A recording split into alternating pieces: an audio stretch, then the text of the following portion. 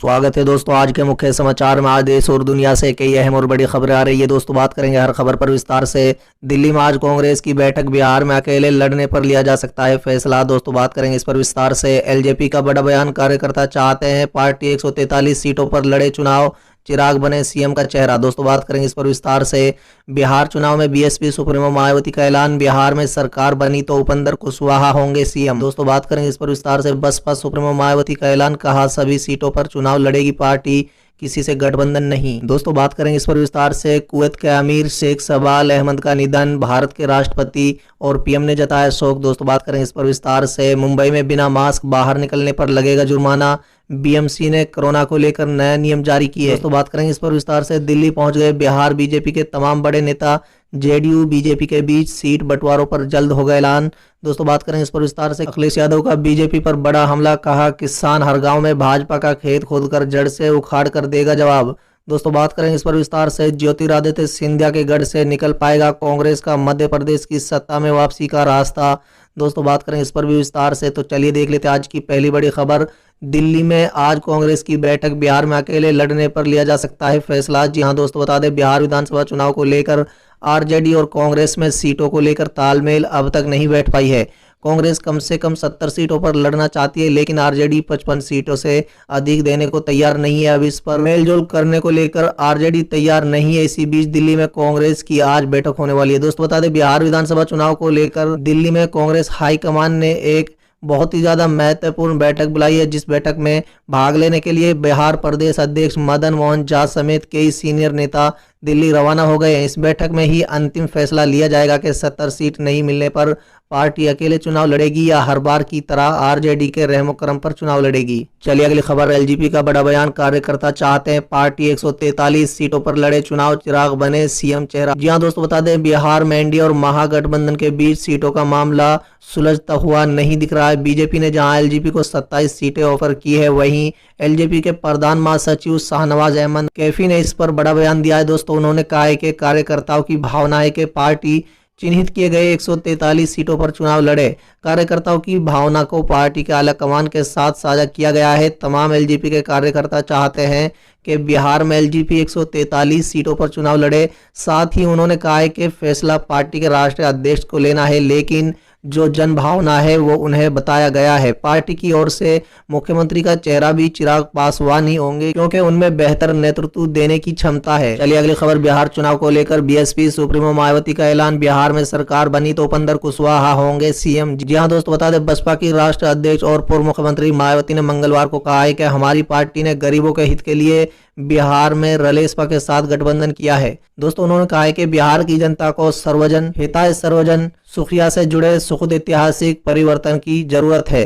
दोस्तों उन्होंने कहा है कि बिहार की जनता के आशीर्वाद से यदि इस गठबंधन की सरकार बनी तो उपेंद्र कुशवाहा मुख्यमंत्री होंगे। चलिए अगली खबर। बसपा सुप्रीमो मायावती का ऐलान, कहा सभी सीटों पर चुनाव लड़ेगी पार्टी, किसी से गठबंधन नहीं। जी हां दोस्तों, बता दें उत्तर प्रदेश में विधानसभा उपचुनाव की तारीखों का ऐलान होने के साथ ही सियासी दल सक्रिय हो गए हैं। दोस्तों बता दें बहुजन समाज पार्टी सुप्रीमो मायावती ने सभी सीटों पर चुनाव लड़ने का ऐलान किया है। दोस्तों साथ ही उन्होंने साफ कर दिया है कि उपचुनाव में उनकी पार्टी अकेले चुनाव लड़ेगी और किसी भी दल के साथ गठबंधन नहीं करेगी। दोस्तों गौरतलब है कि चुनाव आयोग ने राज्य में विधानसभा उपचुनाव के लिए तारीखों की घोषणा कर दी है। दोस्तों बता दें कि यूपी में 8 विधानसभा के उपचुनाव होने, लेकिन चुनाव आयोग ने 7 सीटों के लिए ही तारीखों का ऐलान किया है। चलिए अगली खबर। कुवैत के क्राउन प्रिंस शेख सबाल अहमद का निधन, भारत के राष्ट्रपति और पीएम ने जताया शोक। जी हां दोस्तों, बता दें कुवैत के शासक शेख सबाल अहमद अल सबा का 91 साल की उम्र में निधन हो गया है। वो पिछले कई दिनों से स्वास्थ्य संबंधी दिक्कतों का सामना कर रहे थे। दोस्तों बता दें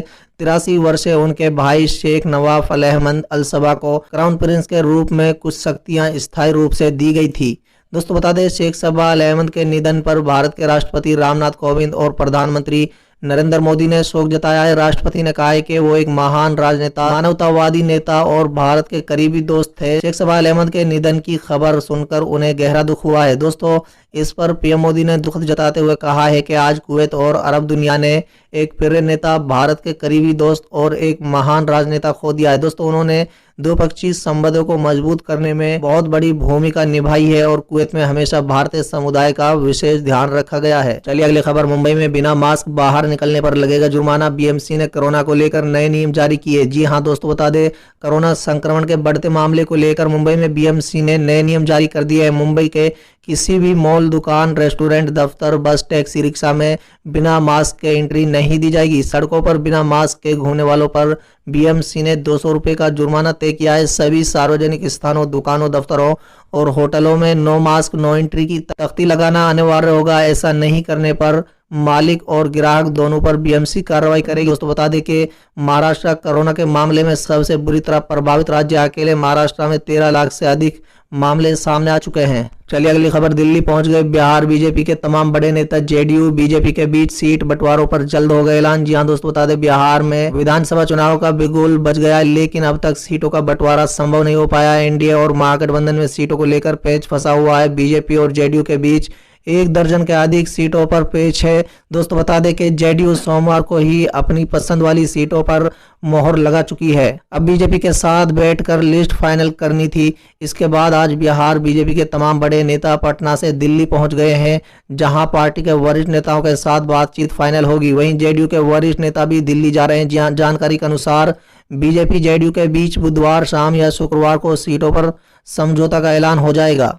चलिए अगली खबर, किसान हर गांव में भाजपा का खेत खोदकर जड़ से उखाड़ कर देगा जवाब। अखिलेश यादव का बीजेपी पर बड़ा हमला। जी हां दोस्तों, बता दें समाजवादी पार्टी के राष्ट्रीय अध्यक्ष अखिलेश यादव ने कहा है कि 2022 में किसानों को कॉर्पोरेट घरानों का गुलाम बनाने वाला कानून आहनकारी भाजपा सत्ता के विरुद्ध जन आंदोलन का मुख्य कारण बन गया है। दोस्तों बता दें कि आगे अखिलेश यादव ने कहा है कि अब किसान हर गांव में भाजपा का खेत खोदकर उन्हें जड़ से उखाड़ कर बताएंगे कि कैसे न्यूनतम समर्थन मूल्य के धोखे के बदले वो उनके विरुद्ध अधिकतम विरोध कर भाजपा का ही दाना पानी बंद कर देगा। चलिए अगली खबर, ज्योतिरादित्य सिंधिया के गढ़ से निकल पाएगा कांग्रेस का मध्य प्रदेश की सत्ता में वापसी का रास्ता। जी हां दोस्तों, बता दें कोविड-19 के बढ़ते संक्रमण के बीच मध्य प्रदेश में 28 विधानसभा सीटों के लिए उपचुनाव की तारीखों का ऐलान कर दिया गया है।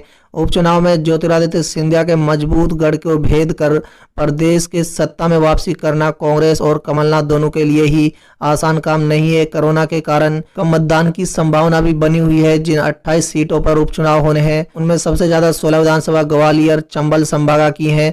दोस्तों बता दें मध्य प्रदेश का ये इलाका सिंधिया राज परिवार के प्रभाव वाला है। पूर्व केंद्रीय मंत्री ज्योतिरादित्य सिंधिया के कांग्रेस पार्टी छोड़ने के कारण ही राज्य के कमलनाथ सरकार अपना 5 साल का कार्यकाल पूरा नहीं कर पाई थी।